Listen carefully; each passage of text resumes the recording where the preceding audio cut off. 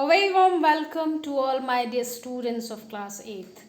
Here I am Premlata Shukla once again in midst of you with a new topic from history. Tribal Resistance, Tribal Society and Challenge of Colonialism, Chapter 4. Students, but before moving towards our topic, I need your attention for a few seconds.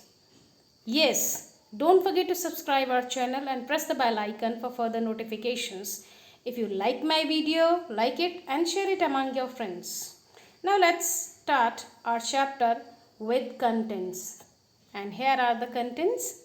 Tribal communities, occupations of tribal people, tribal life in pre-British India, tribal life under British rule, tribal revolts and Munda revolt. Now tribal communities. Students, tribal communities are a group of people that all have common ancestry or a common ancestor, a common culture and live in their own enclosed societies like Santhal, Munda, VIII, etc.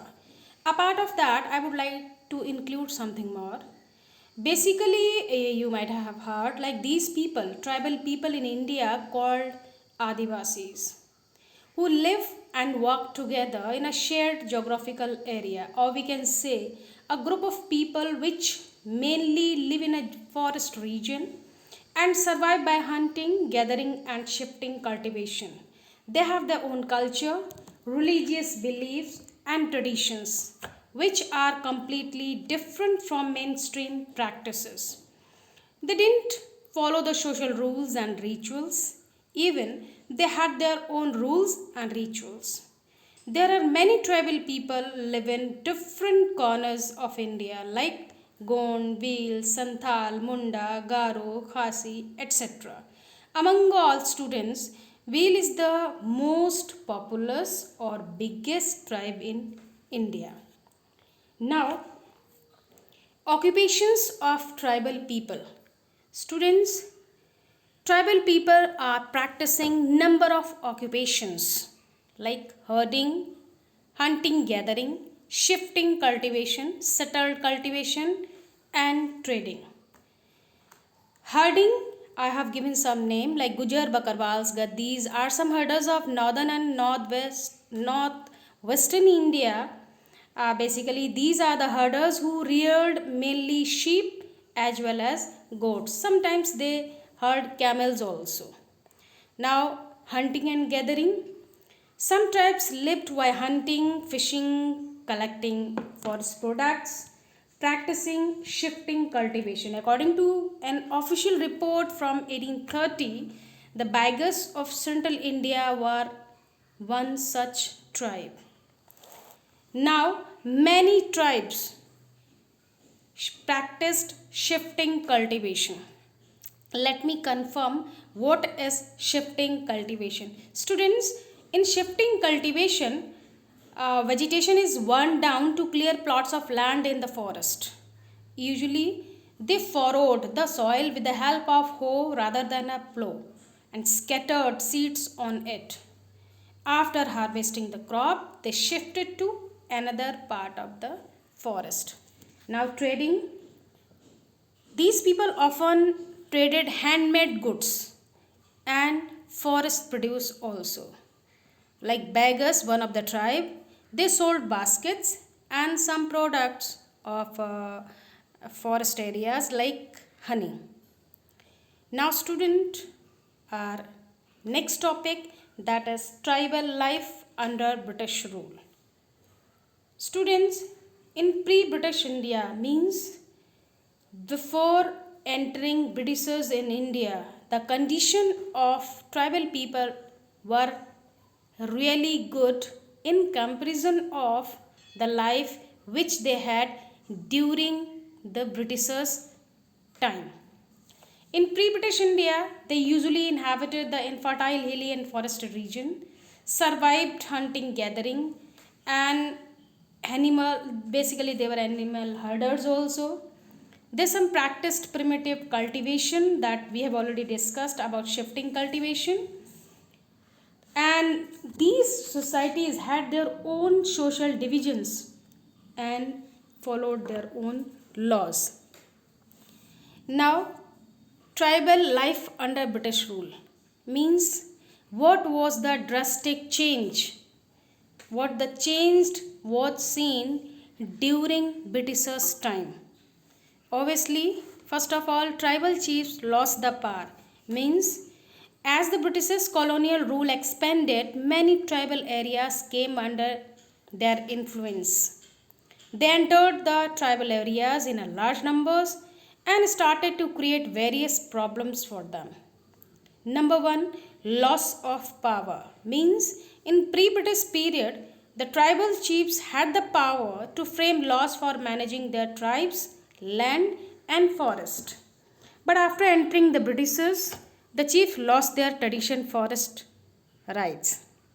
Indebtedness and loss of livelihood means British land revenue settlements were extended to the tribal lands and taxes were imposed on tribal produce.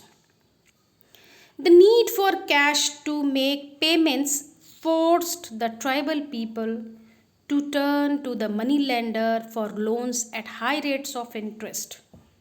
When they could not repay the loans, money lenders always took away their cattle, their carts, their land also, so thereby depriving them of their only means of livelihood.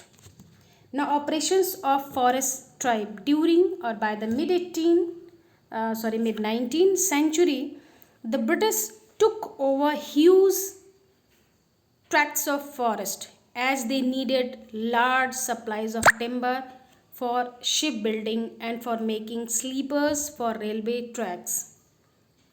They encouraged settled agriculture and tried to end shifting cultivation as they enacted number of forest laws which marked out certain forests as reserved areas. Reserved area means that area was completely prohibited.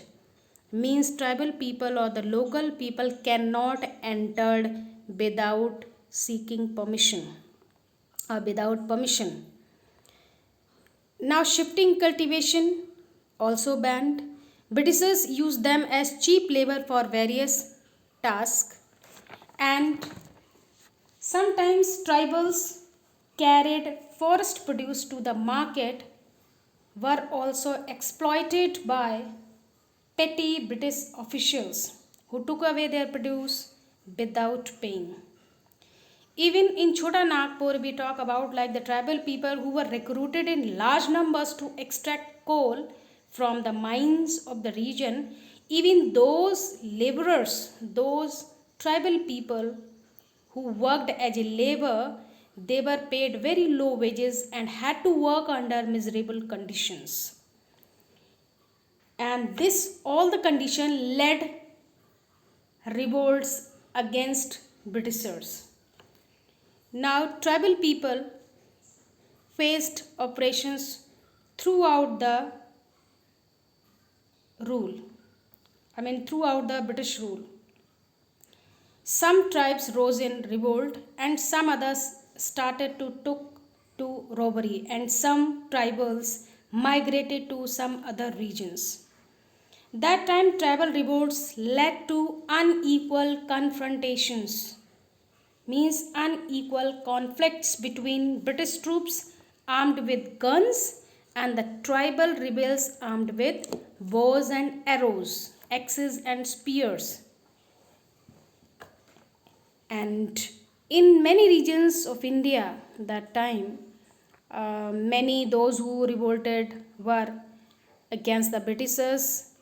They were Santals of Bengal, Bihar and Jharkhand, Mundas of Chota Nagpur, Bhils of Central India, etc. And their revolt led by or among all the revolt, all the tribal people, Munda revolt, one of the famous revolt done by Birsa Munda. Birsa Munda, basically he was a man who peace loving and who born in Ranchi, Jharkhand, as a young man who became very sensitive to exploitation of the Mundas. So by the exploitation by the Britishers, then this is the main reason why he joined a protest against the Britishers to taking over the village wastelands by the Britishers. And during 1894, failure of monsoon caused widespread starvation and epidemics. He dedicated himself to the service of the starving and sick people. And that time he earned a title Dharti Abba. And the leadership of his people as a leader of the Mundas, he demanded the remission of forest taxes. He was arrested, imprisoned in the Ranchi jail, and where he died. Now students, what the conclusion we had means tribal people fought against the Britishers. The life they had before the Britishers time and after the Britishers time, there is a drastic change. So though their revolt continued, but there were several armed conflicts between British and tribal people. They couldn't face bullets for a long time. Even many were arrested, while those who were afraid of arresting either migrated to other places or fled away into the jungles.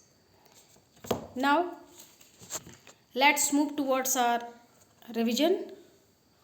Question number 1. Explain tribal communities. Name few of them. Tribal societies, absolutely we have discussed, different from us, those which existed in the big cities. They didn't follow the social rules and regulations. The main source of livelihood, agriculture, hunting, gathering, and herding as well, like VIII, Munda, Santhal, Garo, Khasi, we have already discussed in the beginning of the chapter. Question number 2. What were the other occupations practiced by the tribal communities? So, a part of hunting, gathering, tribal communities traded handmade goods as well as forest produce.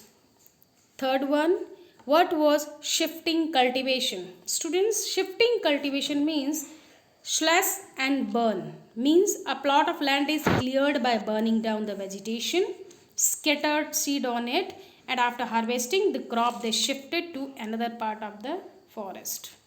Question number 4. Why did the British take over Indian forest? Britishers had taken their forest just because they needed large supplies of timber for shipbuilding, making sleepers for railways. Even by encourage settled agriculture, they want to collect revenue also. The last one, describe Birsa Munda's role in the Munda revolt. We have discussed about Birsa Munda. Birsa Munda, who born in 1875 in Ranchi, Jharkhand, he fought against the exploitation of the Britishers. He served the people during starvation epidemics as a leader of Mundas. He fought till his last breath. Now our chapter over, students. Thank you. Have a great day.